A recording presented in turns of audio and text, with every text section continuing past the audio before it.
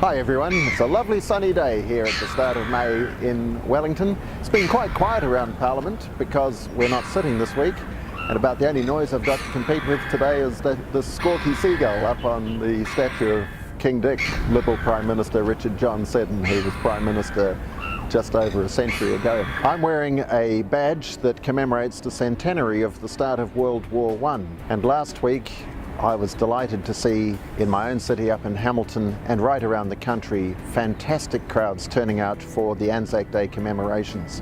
In fact, I've never seen a bigger crowd at the Hamilton Dawn Parade than there was on Friday of last week. And it shows that there is still huge respect for the sacrifice of New Zealand men and women who have served our country not only in the Great War but also in World War II and all the major conflicts that have followed.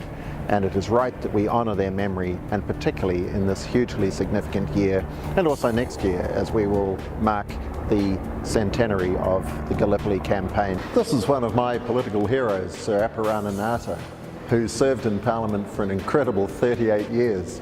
I think I'd be somewhere in my 80s if I managed to get anywhere near his feet. But he did a huge amount for his people, and is somebody who is still highly regarded nearly a century after he was in his prime here in the Parliament. This is also the area where ministers are often doorstopped on their way to Parliament for question time.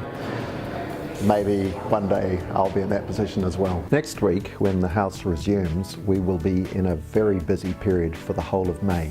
Parliament sits every week in May, and the main feature will be the budget to be delivered on the 15th.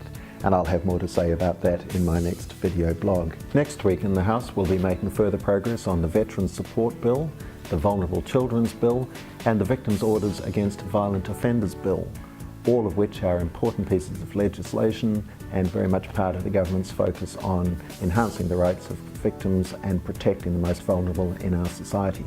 On Thursday we'll be making further progress on treaty settlement legislation, and again it's important for everybody that we get on with the job there, and I'm very proud of the government's record in this area.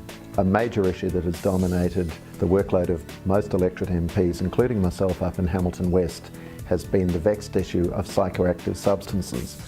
And I'm thrilled to know that on Thursday we will be working under urgency, and I would expect with the full cooperation of all parties to see further strengthening in this area.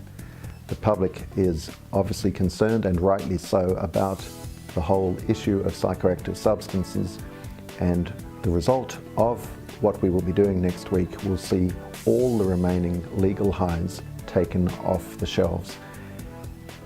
There has been a lot of misunderstanding about this issue.